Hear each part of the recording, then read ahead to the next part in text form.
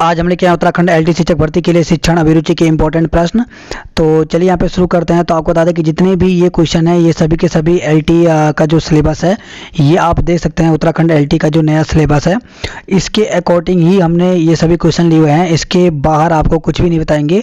तो जितने भी यहाँ पे सिलेबस में टॉपिक दिए गए हैं इन्हीं को देखते हुए हमने ये क्वेश्चन लिए हैं। और इसके साथ ही हम आपको बताएंगे कि 2018 में कौन कौन से क्वेश्चन पूछे गए थे, तो वो भी क्वेश्चन हमारे यहाँ पर आएंगे। तो आपको बता दें कि अगर आप शिक्षण अभिरुचि की तैयारी कर रहे हैं तो आपको एक बुक से आप यहाँ पे पूरी तैयारी नहीं कर सकते। इसके लिए आपको कई बुक लेनी पड़ेगी। तो यहाँ पे हमने भी 4 से 5 बुक ली हैं, साथ ही यहाँ पर 2 से 3 बुक्स और आने वाली हैं। तो इन सभी बुक्स का हम रिव्यू भी करेंगे और आपको बताएंगे कि आप इनमें से कौन सी बुक यहाँ पर ले सकते हैं। तो 1 से 2 दिनों में हम यहाँ पर बुक का रिव्यू भी यहाँ पर डालेंगे।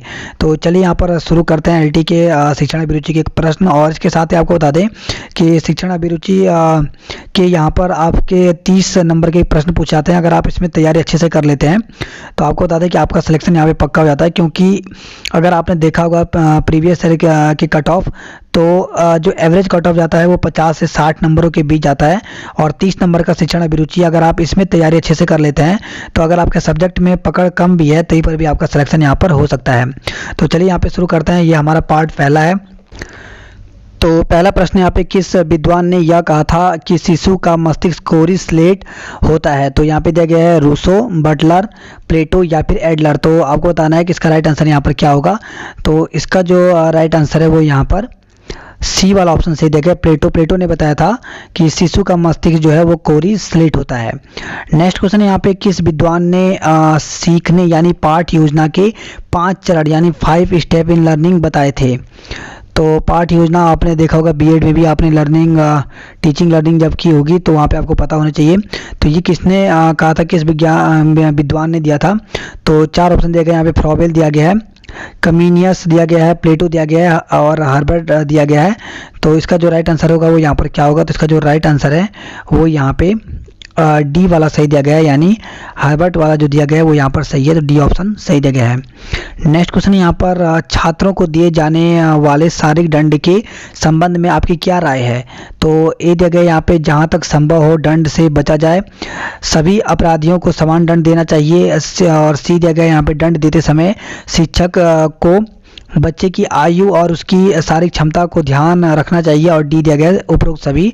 तो इसका जो राइट आंसर होगा वो यहाँ पर क्या होगा? तो यहाँ पर जो ए दिया गया है, जहाँ तक संभव हो दंड से बचा जाए, तो ये यहाँ पर सही दिया गया है। नेक्स्ट क्वेश्चन है यहाँ पर, यदि कोई छात्र अध्यापक के साथ दुर्व्यवहार करे तो अध्यापक को शांत रहना चाहिए, क्योंकि छात्र नासमझ होता है, छात्र उद्दंड होता है। यदि छात्र समझदार हो तो वह ऐसा करेगा ही नहीं।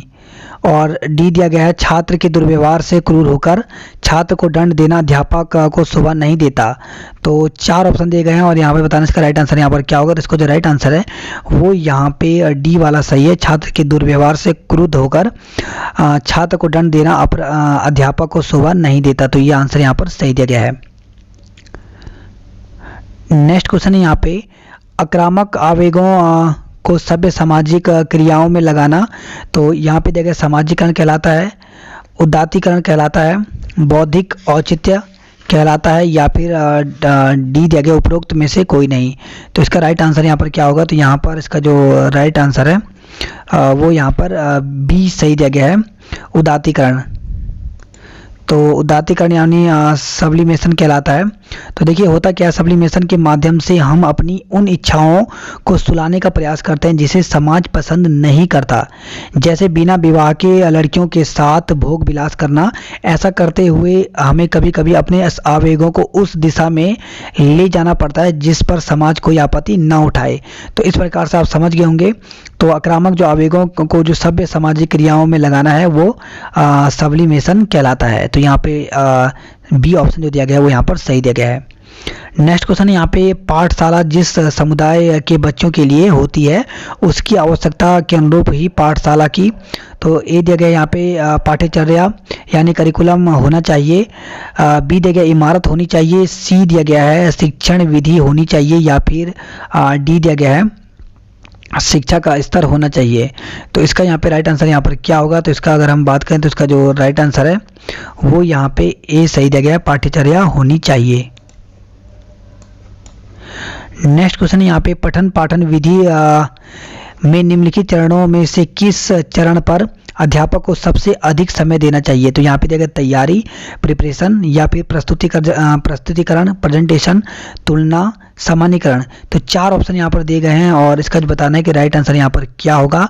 तो इसका जो राइट आंसर है वो यहाँ पर अगर हम देखें तो बी वाला सही दिया गया है, प्रस्तुतिकरण। तो देखिए शिक्षण की पूरी प्रक्रिया में प्रस्तुतिकरण द्वारा ही नया ज्ञान छात्रों तक पहुंचाता है, इसलिए इस चरण पर अध्यापक को सबसे अधिक समय लगाना चाहिए। यदि प्रस्तुतिकरण ठीक हुआ तो तुलना या जो सामान्यीकरण है ये भी क्या होगा, आसान होगा। तो इसलिए यहाँ पर जो बी वाला ऑप्शन है वो सही दिया गया है। नेक्स्ट यहाँ पे कक्षा शिक्षण को विश्लेषणात्मक विधि यानी एनालिटिक मेथड के अधीन छात्र ज्ञात से अज्ञात की ओर बढ़ता है, अज्ञात से ज्ञात की ओर बढ़ता है, ज्ञात से अज्ञात की ओर बढ़ता है, 2 ज्ञात तथ्यों का विश्लेषण करता है, या फिर 2 ज्ञात तथ्यों की तुलना करता है। तो 4 ऑप्शन दिए गए हैं और इसमें आपको बताना इसका राइट आंसर यहाँ पर क्या होगा। तो इसका जो राइट आंसर है वो यहाँ पर ए वाला सही है, अज्ञात से ज्ञात की ओर बढ़ता है। तो एनालिटिक मेथड में ये आपको ध्यान रखना है क्योंकि इस प्रकार के क्वेश्चन बहुत ही इंपॉर्टेंट होते हैं और एग्जाम में पूछे जाते हैं। तो अज्ञात से ज्ञात की ओर बढ़ता है। आगे बढ़ते हैं हम नेक्स्ट क्वेश्चन की ओर। तो नेक्स्ट यहाँ पे कक्षा शिक्षण की विश्लेषणात्मक विधि के अधीन छात्र तो अज्ञात से ज्ञात की ओर बढ़ता है, ज्ञात से अज्ञात की ओर बढ़ता है, तर्क शक्ति का पूरा प्रयोग करता है, या फिर सक्रिय भागीदार नहीं बन पाता। तो 4 ऑप्शन दिए गए हैं और देखिए यहाँ पे ये संश्लेषणात्मक विधि पूछा गया है, तो सिंथेटिक मेथड पूछा गया था, वहाँ पे एनालिटिक पूछा गया था। तो इसका जो राइट आंसर होगा इसमें ज्ञात से अज्ञात की ओर, बहुत ही इंपॉर्टेंट है, याद रखिए। सिंथेटिक मेथड में क्या होता है कि ज्ञात से अज्ञात की ओर, जबकि एनालिटिक में अज्ञात से ज्ञात की ओर बढ़ता है। नेक्स्ट क्वेश्चन यहाँ पे शिक्षा के क्षेत्र में रूसो के योगदान महत्वपूर्ण है, निम्नलिखित में से कौन सा योगदान उसका नहीं है। अब देखिए यहाँ पे नहीं पूछा गया है और 4 ऑप्शन दिए गए, बाल केंद्रित शिक्षा, शिक्षा में अध्यापक की केंद्रीय भूमिका, शिक्षा में खेल कूद का महत्व, या फिर पाठ्यचर्या सुधार। तो 4 ऑप्शन यहाँ पर दिए गए हैं और इसका राइट आंसर यहाँ पर क्या होगा। तो इसका जो राइट आंसर है वो यहाँ पे ख वाला सही है, शिक्षा में अध्यापक की केंद्रीय भूमिका, ये यहाँ पे नहीं है, जबकि अन्य जो है वो रासों के महत्वपूर्ण योगदान है, जबकि ये जो यहाँ पर बी वाला है वो नहीं है क्योंकि यहाँ पे नहीं पूछा गया था। आगे बढ़ते हैं नेक्स्ट क्वेश्चन की ओर। नेक्स्ट यहाँ पे किसी छात्र की उपलब्धि का मूल्यांकन किस आधार पर किया जाना चाहिए। तो यहाँ पे देखिए कक्षा के सबसे तेज मेधावी छात्र की साथ तुलना करके, या फिर छात्र के सामान्य छात्र से की जाने वाली अपेक्षा के साथ तुलना करके, और सी ऑप्शन दिया गया उस छात्र की इससे पहले क्या उपलब्धि थी उसके साथ तुलना करके, या फिर डी दिया गया उपरोक्त सभी के साथ तुलना करके। तो 4 ऑप्शन यहाँ पर दिए गए हैं, इसका राइट आंसर यहाँ पर क्या होगा। तो यहाँ पर जो इसका राइट आंसर है वो यहाँ पर डी सही दिया गया, उपरोक्त सभी के साथ तुलना करके। नेक्स्ट क्वेश्चन यहाँ पे अच्छे अंक ना पाने वाले छात्रों को प्रोग्रेस रिपोर्ट में अक्सर शिक्षक लिख देता है कि तुम इससे भी अच्छे अंक प्राप्त कर सकते हो, यू कैन डू बेटर। तो क्या ऐसा लिखने से छात्रों को प्रोत्साहन मिलता है।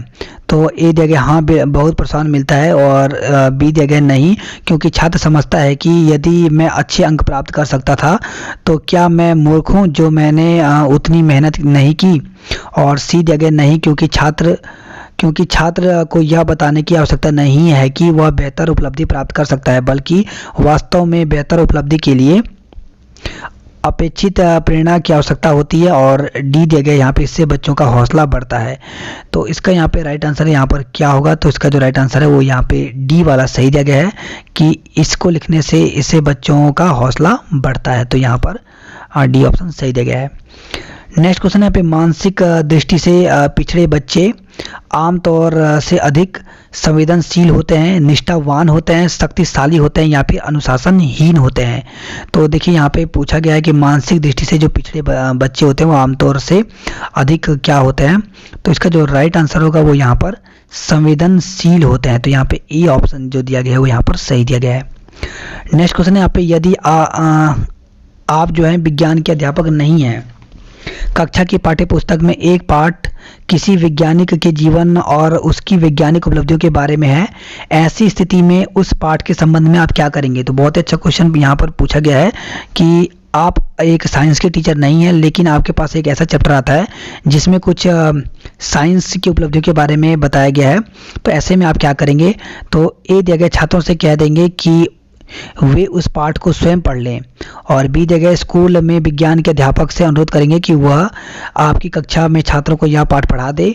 सी जगह स्वयं उस वैज्ञानिक के जीवन और उसकी वैज्ञानिक उपलब्धियों के बारे में पढ़कर छात्रों को यह पाठ पढ़ाएंगे, और डी जगह उपरोक्त में से कोई नहीं। तो ऐसी कंडीशन में आप क्या करेंगे कि जब एक आप साइंस के टीचर नहीं हैं और आपके पार्ट में साइंस का चैप्टर है, तो ऐसे में आप क्या करेंगे। यहाँ पे 4 ऑप्शन दिया गया है, तो इसका जो राइट आंसर है वो यहाँ पर सी वाला सही दिया गया है कि स्वयं उस वैज्ञानिक के जीवन और उसकी वैज्ञानिक उपलब्धियों के बारे में पढ़कर छात्रों को वह पाठ पढ़ाएंगे। तो यहाँ पे सी ऑप्शन सही दिया गया है।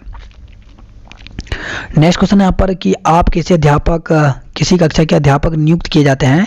पहले दिन जब आप अपनी कक्षा में जाते हैं तो छात्र आपसे अपना परिचय देने का अनुरोध करते हैं, आपकी क्या प्रतिक्रिया होगी। ए दिया गया है उनकी बात पर ध्यान नहीं देंगे, बी देगा उनको डांट कर बैठा देंगे, सी देगा संक्षेप में परिचय देकर छात्रों का परिचय प्राप्त करेंगे, और डी देगा उपरोक्त में से कोई नहीं। तो इसका जो राइट आंसर है, नॉर्मल सा क्वेश्चन है ये, तो इसका राइट आंसर यहाँ पर सी वाला सही होगा कि संक्षेप में परिचय देकर छात्रों का परिचय प्राप्त करेंगे। तो यहाँ पर सी ऑप्शन सही दिया गया है। नेक्स्ट क्वेश्चन है यहाँ पे, यदि स्कूल के बच्चों को वाद विवाद प्रतियोगिता होने वाली हो तो आप कुछ बच्चों के लिए ए जगह भाषण लिख कर देंगे, बी जगह भाषण लिखने की विधि बताएंगे, सी जगह भाषण का अभ्यास कराएंगे, या फिर डी जगह भाषण के लिए वे कहाँ से सामग्री लें इसका मार्गदर्शन करेंगे। तो इसका राइट आंसर यहाँ पर क्या होगा। तो इसका जो डी वाला है वो यहाँ पर सही होगा कि यदि आपके स्कूलों में बच्चे जो है वाद विवाद प्रतियोगिता होने वाली है, तो आप क्या करेंगे कि भाषण के लिए कहाँ से सामग्री लें इसका आप क्या करेंगे, मार्गदर्शन करेंगे। तो यहाँ पर डी ऑप्शन सही है। वर्तमान शिक्षा पद्धति समानता रोजगार उन्मुख नहीं है, आमतौर से किताबी है, और सी दिया गया हाथ से काम करने का अभ्यास नहीं कराती, उपरोक्त सभी। तो 4 ऑप्शन दिए गए, आपको बताना है कि वर्तमान जो शिक्षा पद्धति है वो समानता कैसी है। तो इसका जो राइट आंसर है वो यहाँ पर डी सही दिया गया, उपरोक्त सभी। इसके बाद नेक्स्ट क्वेश्चन यहाँ पे मार्गदर्शन यानी गाइडेंस जो है वो क्या है यहाँ पर। तो स्वयं को बेहतर तरीके से समझने में सहायता करता है, बी जगह निर्णय करने में सहायता करता है, और सी जगह ए और बी दोनों, या फिर डी जगह उपरोक्त में से कोई नहीं। तो इसका जो राइट आंसर है वो यहाँ पर सी वाला सही है, ए और बी दोनों। नेक्स्ट क्वेश्चन यहाँ पे मार्गदर्शन इसलिए दिया जाता है कि छात्र अपने को तथा अपनी समस्याओं को जान पहचान सकें और अपनी क्षमताओं का विकास कर सकें। इस संबंध में कौन सा कथन सही नहीं है। तो ए दिया गया यहाँ पर सूझबूझ वाले मार्गदर्शन के बिना उत्तम शिक्षा संभव नहीं है, बी दिया गया यहाँ पे प्रभावी शिक्षा के लिए अभाव में मार्गदर्शन कारगर नहीं हो सकता, और सी दिया गया मार्गदर्शन के लिए शिक्षा एक दूसरे के पूरक हैं, डी दिया गया शिक्षा के आरंभ में मार्गदर्शन का जितना महत्व है उतना आगे चलकर नहीं है। तो 4 ऑप्शन दिए गए हैं और इसका राइट आंसर बताना है। तो इसका जो राइट आंसर है वो यहाँ पे डी वाला सही दिया गया है।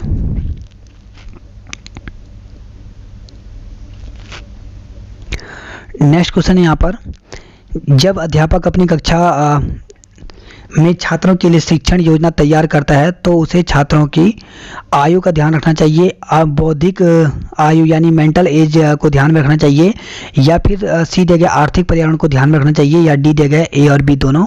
तो इसका राइट आंसर यहाँ पर क्या होगा। तो इसका जो राइट आंसर है वो यहाँ पर ए और बी दोनों है, यानी अगर जो अध्यापक है अगर वो पाठ योजना तैयार करे तो आयु का भी ध्यान रखना चाहिए, साथ में मेंटल एज यानी बौद्धिक आयु का भी ध्यान रखना चाहिए। नेक्स्ट क्वेश्चन यहाँ पे शिक्षा की प्रोजेक्ट विधि का आधार है। तो यहाँ पे देगा कक्षा की व्यवस्था ठीक रखने का सिद्धांत। बी दिया गया यहाँ पे विद्यार्थी की प्रतिभा का मूल्यांकन का सिद्धांत। सी दिया गया है करके सीखने का सिद्धांत। और डी दिया गया है विश्लेषण क्षमता के लिए विकास का सिद्धांत। तो 4 ऑप्शन दिए गए हैं और बताना इसका राइट आंसर यहाँ पर क्या होगा। तो इसका राइट आंसर जो है वो यहाँ पर सी वाला सही है, करके सीखने का सिद्धांत। तो देखिए प्रोजेक्ट विधि का यही आधार है, करके सीखना, ये इंपॉर्टेंट है। अगर छात्र जो है वो खुद करेंगे तो ही वो ज़्यादा सीख सकते हैं। तो यहाँ पे सी ऑप्शन सही दिया गया है। नेक्स्ट क्वेश्चन यहाँ पे विज्ञान पढ़ने वाले छात्रों के प्रयोग करने की क्षमता का विकास कैसे किया जा सकता है। तो यहाँ पे देखिए कक्षा में उन्हें प्रयोग दिखाकर, प्रयोग के लाभ बताकर, उन्हें प्रयोग करने का अभ्यास कराकर, या फिर उन्हें घर में प्रयोग करके लाने का आदेश देकर। तो 4 ऑप्शन दिए गए हैं, इसका राइट आंसर यहाँ पर क्या होगा। तो इसका राइट आंसर जो है वो यहाँ पे सी वाला सही होगा, उन्हें प्रयोग करके अभ्यास कराकर। नेक्स्ट क्वेश्चन यहाँ पे कक्षा शिक्षण के दौरान शिक्षक एक प्रश्न पूछता है यदि एक छात्र उसका उत्तर नहीं दे पाता तो शिक्षक को उसका उत्तर स्वयं बता देना चाहिए, या फिर कई छात्रों से पूछने के बाद यदि सभी सही उत्तर ना मिले तब स्वयं सही उत्तर बताना चाहिए, या फिर इसमें नेक्स्ट जो दिया गया है एक एक करके सभी छात्रों से उसका उत्तर पूछना चाहिए, या फिर उस छात्र की निंदा करनी चाहिए।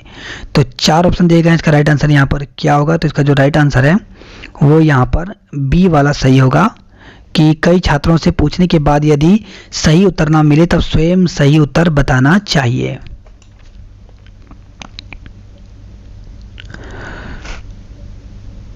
नेक्स्ट क्वेश्चन यहाँ पर कक्षा शिक्षण के दौरान अध्यापक द्वारा पूछे गए किसी प्रश्न का उत्तर कक्षा के अधिकांश छात्र नहीं दे पाते, तो इसका संभव कारण यह हो सकता है कि कक्षा शिक्षण के दौरान छात्रों को जो पढ़ाया गया वह उनकी समझ में नहीं आया, या फिर वह प्रश्न उस ज्ञान पर आधारित नहीं है जो छात्रों को शिक्षण के दौरान दिया गया है, या फिर प्रश्न छात्रों को समझ के स्तर से बहुत ऊंचे स्तर का है, उपरोक्त में से कोई भी एक।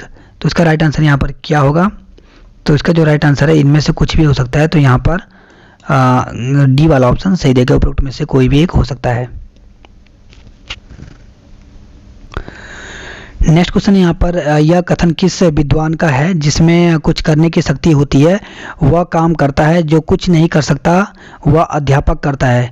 तो यहाँ पर दिया गया Karl Jung, Henry Barnard, George Barnard Shaw, या फिर अलेक्जेंडर पॉप। तो किसने कहा था इस प्रकार से कि जिसमें कुछ करने की शक्ति होती है वह काम करता है, जो कुछ नहीं कर सकता वह अध्यापक करता है। तो इसका जो राइट आंसर होगा वो यहाँ पर जॉर्ज बनार्ड शॉ ने कहा था। तो सी वाला ऑप्शन सही दिया गया है। नेक्स्ट क्वेश्चन यहाँ पे किंडरगार्टन स्कूल सबसे पहले किस देश में खोले गए थे। तो बहुत ही इंपॉर्टेंट क्वेश्चन है, एग्जाम में पूछा गया है ये। तो ये कहाँ पे खोले गए थे, तो सबसे पहले जर्मनी में खोले गए थे। तो डी ऑप्शन सही दिया गया है। और नेक्स्ट क्वेश्चन है यहाँ पर कि यदि स्कूल में पूरे समय तक बच्चों को शिक्षा कार्यक्रमों में पूरी तरह व्यस्त रखा जाए तो आपके ख्याल से कौन सी समस्या पैदा हो सकती है। तो इसका राइट आंसर यहाँ पर क्या होगा। तो इसका राइट आंसर जो है वो अनुशासनहीनता नहीं पैदा होगी। तो यहाँ पे नहीं पूछा गया था क्योंकि, तो इस प्रकार से यहाँ पर सी ऑप्शन सही है। तो इस प्रकार से हमने कुछ इंपॉर्टेंट क्वेश्चन किए, इसके आगे भी हम पार्ट करेंगे। साथ ही हम जल्दी यहाँ पर कुछ बुक्स का एनालाइज भी करेंगे और बताएंगे कि आप कौन सी बुक लेकर के यहाँ पे अपनी तैयारी कर सकते हैं। तो आज के लिए इतने ही रखते हैं। अगर आपको वीडियो अच्छा लगता है तो प्लीज़ चैनल को लाइक सब्सक्राइब कीजिए ताकि आपको सभी वीडियो की नोटिफिकेशन टाइम टू टाइम